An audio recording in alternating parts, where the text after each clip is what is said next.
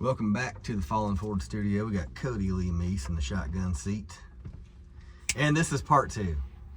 If you're just finding this right now, if the algorithm has put this on your TV set or on your phone, make sure you go back and look at part 1. We talked a little bit about how Cody Lee Meece got started into music, his lifestyle leading up to where he is now, and how all those different changes in his life led up to the songwriting career that he has now. And I know you probably can't see, but he's got his guitar right here with him. We're gonna have him sing a song a little bit later on. Let's pick up where we left off, man. You remember where we left off? We were sitting right here. We were sitting right here. Let's talk about cars. Let's talk about cars. Now you have tell me about your car. I do remember the first time I ever met you. I picked you up for a show. We're heading out to Tony Logue's place. Yep. And I picked you up, and we drove all the way out to Tony's in Benton. I think he lives out in Benton, Kentucky, somewhere out there. And your car was sitting in your driveway, and you were telling me it has the longest hood on a... Yeah, longest hood on any production vehicle made in America. And it's a Pontiac... 1972 Pontiac Grand Prix. Hell yeah. And you're doing some work to it. Yeah, I've got the motor pulled out. It's a Pontiac 400. I had the heads cut 70 thousandths to boost compression. Put a Howard's Rattler cam in it. Can't remember the specs right off. I want to say 243 duration around there. But anyway, yeah, man, just trying to get it put together. I got the valves in today. Got the lifters in, got the push rods in, got the rocker arms on. I went ahead and adjusted the valves, had to pull the inner springs out of the valve springs for break-in, so got a few more things to do. I still got to get the intake cut down so it'll set low enough to bolt up. Right now it's a little high where I had the heads cut, it brought them down, so there's still some machine work to do. But yeah, man, I'm hoping to have it fired up and on a dyno within the next couple months would be nice, you know. And as soon as it's on the dyno, good Lord willing, survives break-in, then I'll throw it in the car and go burn some tires. Hell yeah. Well, maybe do a Fallen Forward field trip, go down there and do a part 3 in the cab of your That would car, be cool. Man. They don't call it a cab in a car, though. I don't know what a cabin. Instead of falling forward, be falling back in the Pontiac. I love that, man. So you've got a lot of great things happening, man. You've played some big stages and are continuing to play big stages. Talk a little bit about the show you played not too long ago. I think it was a massive crowd and with a big name artist. You want to talk a little bit about that? Yeah, it's pretty bizarre. One, how it even came about, and 2, that it ever even actually happened. But me and my band, Cody Lee Meece and the Poor Excuses, we went and opened for Dasha and Jelly Roll at Sturgis Buffalo Chip in Sturgis, South Dakota, in front of between 8,000 and 10,000 people. We're not sure. So it was, it was just an ocean of humans, and they seemed to be having a good time. So it was a pretty bizarre experience. Yeah, it was cool seeing those videos, man. And there's some floating around on the internet. People can find those. I was watching. I keep up with this guy on Snapchat, Grind Hard Plumbing, and they build these bikes, these incredible bikes, in trucks and all kinds of off-road vehicles. And it was funny because I was watching my Snapchat, and they were playing one of your songs in the background, and they were right there, the same one you were at. Yeah, we hung out with those dudes for about 5 days, and hung out with Tate from the Gambler 500, a lot of cool people. Jesse Dean from Ozark AF, and yeah, man, just a ton of cool people. We got to have a really great experience. We stayed at Camp Zero out there, which is actually outside of the chip. It's right across the road. You're literally on a mini bike across the road, and now you're at Camp Zero. And it's kind of it's like the Outcasts, you know. It's the what would be considered weird. So we fit right in, you know, because our whole band's such an eclectic group of people. We're none too similar, you know, but somehow it works beautifully on stage, you know. All great people, man. Yeah, man, dude. I'm glad to call each one of them a friend. Yeah, solid people. Logan Henry, who plays in your band, when I need a full band, sometimes he'll be available and plays pedal steel and banjo and lead guitar. One of the most talented dudes I've ever been around. Yeah. He thinks about music, and he can, he'll try to explain something to me. It just goes right over my head. But we're surrounded with talented people in this region, man. Oh yeah, it's bizarre. We got a tour, man. That if you've been watching this show for a while, you know that I'm partnered with Cat Deeds over in the UK, and we are bringing some artists from this region over to the UK and play some some tour, like some shows. We do maybe five to 10 shows on, organize a tour. We've got Cody Lee Meece and Brennan Edwards coming over in September, and really looking forward to that. I'm hoping I can get out there for that too. Oh, just to kind of make sure everything goes smooth and kind of help Kat and James. James is her husband. He's a photographer. He'll probably come to the shows and take some pictures. And very cool. Be nice to meet him. it's going to be a good time, man. And I know you're going to love it. For the Love of Appalachia, if you want to give that a follow on the social media, For the Love of Appalachia, it's a nonprofit and it raises money to help Appalachian artists to get over across the pond and get to a new set of fans. And they really love what we're doing. Like the singer-songwriter, you would think that they would have more of that, but the emphasis over there has been cover bands for so long. It's very difficult for a singer-songwriter to kind of like take root. And so we're trying to break down some of those barriers. Good. Well, man, I do have, before you get into your song, and we talk a little bit more about what's going on with your music career, I do have one question. I had posed this on Facebook, and I asked everybody, like, do you have questions for Cody Lee Meece? I'm going to interview him in the truck today. And I got one that I picked out of the whole group of them. Okay. This is from Scott Spencer. And he asked, he's like, ask him, how long did it take us to get from Stearns to Somerset in that Pontiac? I think my speedometer was broke that night because it read 140 about the whole way. So it didn't take you very long at all. Yeah, it must be something to do with the tire size. I'm not sure. But it didn't take too long, no. We got there real quick. Yeah, real quick. That sounds like a good story, man. And we had somebody behind us the whole time who I actually thought was my wife. Carissa had just left right after we did, and I thought, man, I can't, like, she's crazy. She don't need to be trying to keep up with this alleged speed we're going. And we thought it was her the whole way, and we kept scooting along. We finally get to a stoplight there coming into Somerset, and some random white car pulls up beside us. They never rolled down a window or nothing. They just went their own way, and it was like, I don't know. So whoever that was, way to go. Maybe they'll see this one day and be like, hey, man, leave in the comment if you know you know the situation. If you ever followed a 72 red Grand Prix with a white vinyl top from Stearns to Somerset one night, going allegedly real fast. Yeah, that was. They may have been trying to race you and just lost. Maybe. Well, they never got around. So. Well, wait till they see the new motor, man. Yeah, I got to get a better rear gear, though. I mean, that's what helped that car go so fast, was it's got a 308 rear gear right now. So, it's slow off the line, but once you get it going, it'll go as fast as you want. Yeah. But I'd like to go to something like a 373. That'd treat it real nice. But it's still 3-speed automatic turbo 400 trans, so it probably won't leave town if it gets 373s in it. It'll be wound too high. So, yeah. It'll be fun for hopping around the streets, but unless it gets overdrive, it won't leave home. You gotta leave some at least some tread on some of those roads, I'm assuming. Yeah, I'll do my best. Well, Cody Lee Meece, I mean, singer-songwriter, great dude.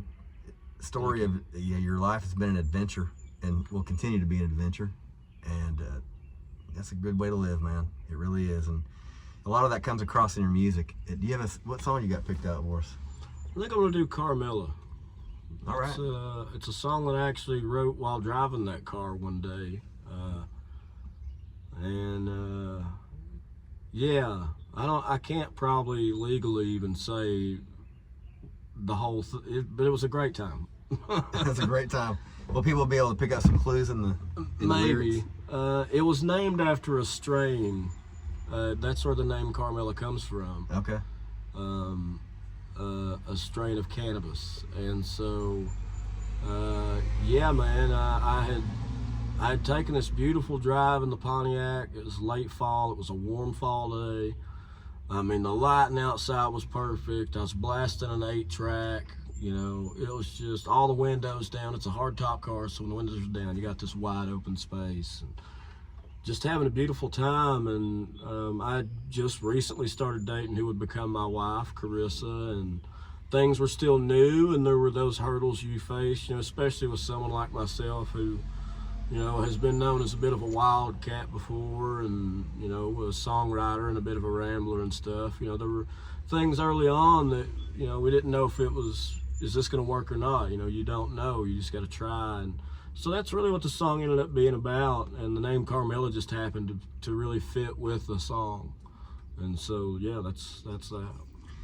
You know, when you said even the name Carmella is like, it's kind of like that golden hour time of night or day. You know, when you said the lighting was just that bright lighting. Yeah, that caramel color. Yeah. Well, I'm gonna pick my phone up. This will be the first. This is the first doing a part 2 with Cody Lee Meece, but also it's gonna be a first. I'm gonna pick my phone up off the dashboard and film you while you're singing. Very cool. This is Carmella. Let me get this here out of my pocket real quick.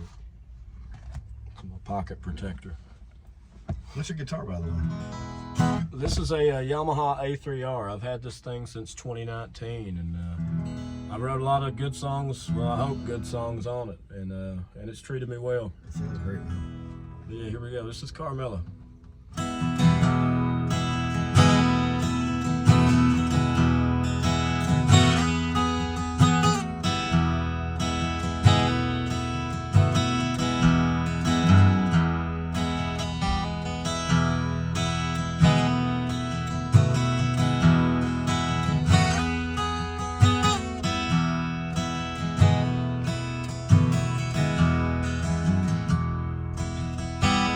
Come on, Carmella, darling, don't be so strange.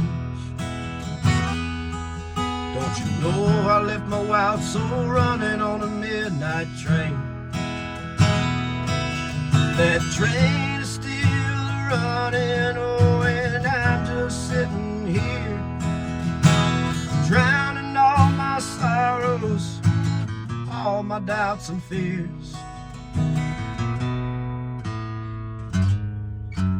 Come on, Carmella, darling, we're out of here.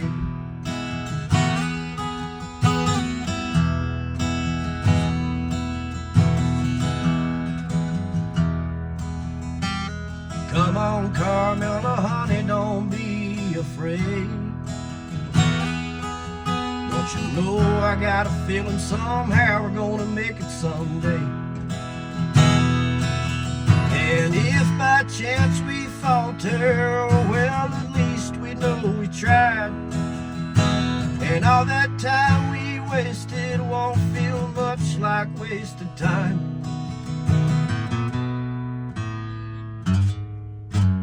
Come on, Carmella, honey, why don't you just drive?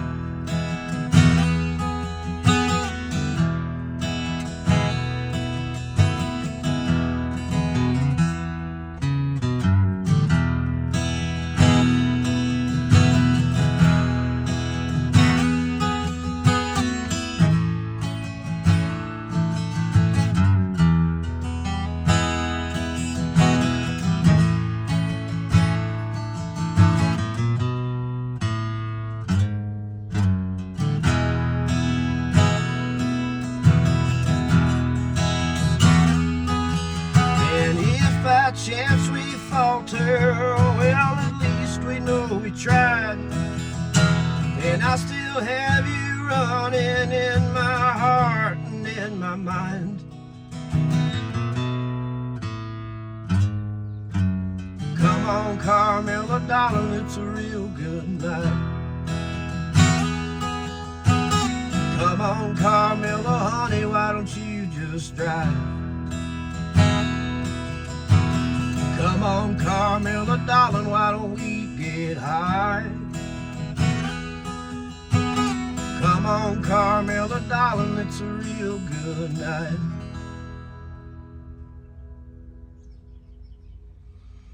beautiful song, man. Thank you. Sounds really good on that guitar, man. So you've had that guitar for a while?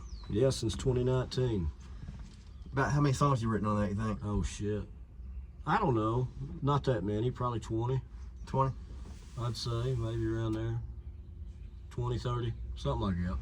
So you have with your guitars, you have you had one that you redid. Remember, you played it on Red Barn Radio. Yeah, that Telecaster. The Telecaster. You used to stick your cigarette up there on the top. Yeah. You redid that one.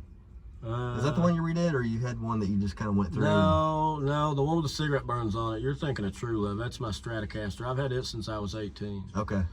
And that's all natural wear. So it's been broken half once, set on fire 3 times. Man. Still got my teeth marks in it on one spot. I got frustrated and bit it one time. It was a wild time. That's something you can't replace, man. No, man, I love that thing, and it's all custom. It's got custom pickups in it from a company called Roadhouse Pickups that was out of Oregon. They're no longer in business. But man, he custom made that set. They're gray bottom, fiber bobbin.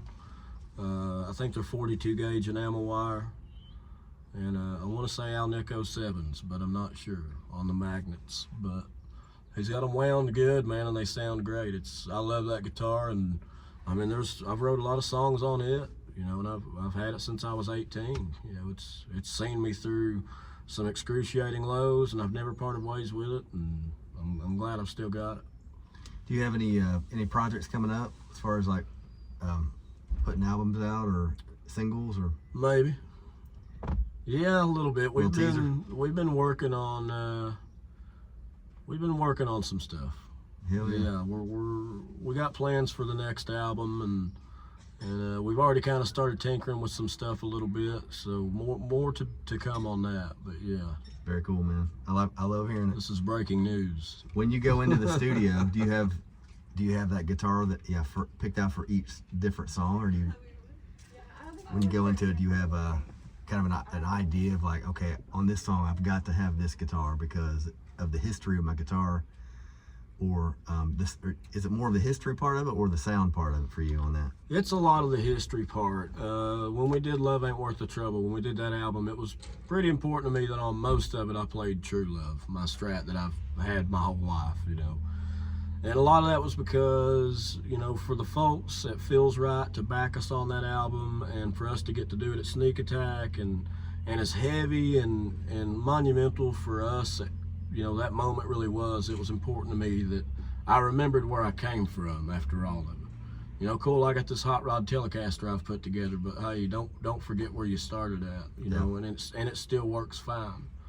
You know, and I'm a big believer in trying to keep things with you and use what works. You know, don't worry, don't get it right, just get it running, is a great saying by a guy named David Freiberger, the former, I think, editor-in-chief of Hot Rod Magazine. But yeah, man, don't worry always about what something looks like or this or that or what you think it's supposed to be. Does it sound good? Is it right? Then just stick with it. You don't got to go change it for nobody. Yeah. You know? There's something to that, man, being loyal to the magic that you have with an instrument, for example, or with a group of friends or a certain studio or producer, or just there's something to be said about that. And it is a magic that you cannot reproduce. And you know, I was gave you some homework to do before we did this interview, and I asked you, and I try to ask everybody this, and it comes across in different ways from different people, but like, if you know, we talked in part 1, we talked about some of the struggles you went through, man. And when you were that young man and kind of felt low, we all feel low still at this time, even as an older man. But like, if you go back in time, knowing what you know now, and tap that kid on the shoulder, what's some advice, that some truth nuggets or some wisdom that you could just tell him and say, man, like, what exactly would you say? And because I know there's a lot of up and comers watching this, kids that are picking a guitar up, wanting to do the thing, and they're gonna have some hard times too. What could you tell them? What would you tell Cody Lee Meece back in the day? Don't go acting reckless just because you feel uncomfortable or you feel like things aren't going right. Everything's going to be okay. Like as long as what your focus is every day is being a better version of yourself, you're going to be amazed by chasing your dreams that everything is just going to fall into place. But yeah, everybody likes to experiment with things, but for the love of God, don't let yourself get lost on any substances. Don't get sidetracked on the party aspect. Like there's going to be plenty of time for that later down the road when you've got a little bit more maturity and more mind to handle those kind of things anyway, if you're going to have a drink or not or whatever. But yeah, man, just to learn to be still and learn to trust that it's going to be what it needs to be. And that's not always in our control. If there's one thing I've learned, there's been 100 times that I've thought this is going to be that one gig that does it, and there's 100 times I've thought, man, I'm going to quit doing this, and another thing would be to not focus on what anybody else is doing. Don't let anyone else's progress or lack thereof, don't gauge that against your own. What someone else's path is totally different than yours, so just focus on your path and where you're going, and focus on being a better you as you go along that path. That's about all I would really know to say. There's a lot in there, man. Isn't it great to come to that realization? I wish I'd have known it sooner. So if you're out there and you're a kid, you pick the guitar up, you got a handful of songs under your belt, and you get out there and you're feeling the power of the gig, and everybody's cheering you on. Don't get caught up in the sauce, man. No, hold your composure. It's all gonna be all right. Don't try too hard. It's gonna be fine. I can't tell you this, but you can probably Google it. I'm sure it's out there. Look up the story of the old bull and the young bull. The old bull and the young bull. Yeah. We got maybe 5 minutes. We'll wrap this thing up. Part 2. Again, make sure you check out part 1. We, man, as songwriters, we're always like looking for inspiration for that next song. Sometimes it hits you out of nowhere. Other times it's like you just feel like writing a song. Now, you have what's your songwriting process these days, and how does it compare to the way possibly it was before? It's certainly a lot different than it used to be. I'm sorry? Is this 130 Adams Street? No. No? Yeah, 130. It's probably that way. I'm 206. Yeah. Yep. Good luck. Yeah, man. So the songwriting process, has it changed much for you through the No, years? for me it's pretty scattered. I used to have a lot more. What's the word? Well, I used to have a lot better work ethic, I guess you'd say, but it was the process that I was using is not sustainable, and so I've had to almost relearn to write, and my focus lately has been to go back through notebooks, because I'm really bad for starting a song and not finishing it. I'm probably the world's worst. I have quote unquote thrown away, I've probably literally thrown away 100 songs, wadded them up, and that ain't gonna work, and there's a lot of just partial stuff I have that I didn't really give the time of day because I was moving on so quick to the next song. And in moving back, I mean, like Carmella, that was a song that I kind of wrote off because it was too old, or I thought it was too this or too that, or I judged it way too harshly instead of just singing it and approaching it and understanding it just as the song itself, and giving it its chance. And that goes back to what you said earlier about, the vulnerability of sharing songs.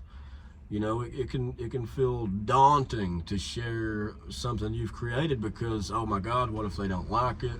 What if it's, this or that? And, that's another thing that I would say to a younger version of myself is, whatever your song is, write it.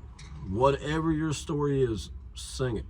Because you're going to be surprised when you do, the amount of people out there that will relate to you and want to hear more of what you have to offer.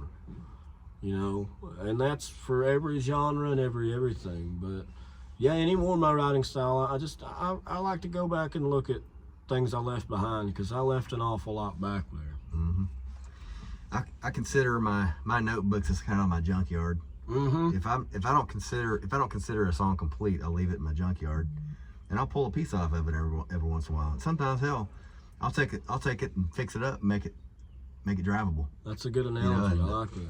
But I do think I do believe in free writing too. Sometimes I have a notebook too. I just sit there, and if I have something that's weighing on my mind, it's not quite a journal entry, and it's not quite a song, but there's something in there.